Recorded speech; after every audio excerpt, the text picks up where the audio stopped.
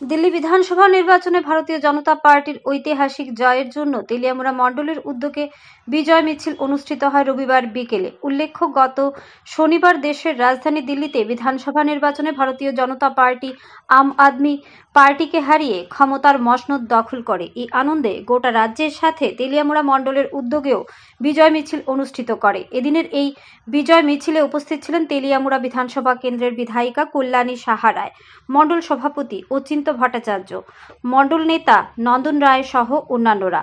এদিনের এই মিছিলটি তেলিয়ামুড়া মণ্ডলের সামনে থেকে শুরু হয়ে তেলিয়ামুড়া শহরের বিভিন্ন পথ পরিক্রমা করে। এদিনের এই বিজয় মিছিলে বিজেপি দলের কার্যকর্তাদের উপস্থিতি ছিল লক্ষণীয়। ব্যুরো রিপোর্ট, আরই, ধর্মনগর। আপনারা জানেন, গতকালকে ভারতীয় জনতা পার্টি বিশাল রেকর্ড করেছে, একটা অপ্রত্যাশিত জয়, বিপুল জয় ভারতীয় জনতা পার্টির পক্ষে দিল্লির মানুষ রায় দিয়েছে। তার জন্য আজকে আমরা বিজয় মিছিল করছি এবং প্রায় 27 বছর পর ভারতীয় জনতা পার্টি দিল্লির মসনদে বসতে চলেছে।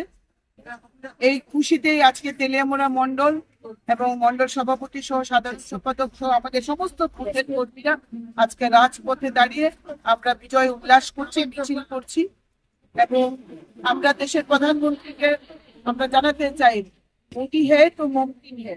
আজকে কিন্তু দেশের মানুষ, দিল্লির মানুষ আজকে করাপশনের এগেইনস্টে রায় দিয়েছেন। কারণ আপদা যে মানুষকে যে প্রত্যাশা দিয়ে দিল্লির ক্ষমতায় বসেছিল, মানুষ আজকে বুঝতে পেরেছে যে এই দেশে এবং যে কোনো রাজ্যে যদি কোনো দল, রাজনৈতিক দল মানুষের কল্যাণে কাজ করে, সেটা ভারতীয় জনতা পার্টি। এটা কিন্তু আজকে প্রমাণিত। এবং উত্তর ভারত, সমগ্র উত্তর ভারত যদি আপনি দেখেন, তাহলে দেখবেন মানুষ ভারতীয় জনতা পার্টি সরকারের উপরে আস্থা রাখছে। পাশাপাশি এই বছর আমাদের মাননীয় অর্থমন্ত্রী নির্মলা সীতারামন জি যে 8ম বাজেট পেশ করেছেন, যে বাজেট মধ্যবিত্ত, নব্য মধ্যবিত্তের জন্যই এই বাজেট তৈরি করা হয়েছে এবং সমাজের সকল অংশের মানুষ এবারের 25-26-এর বাজেটে মানুষ উপকৃত হবে।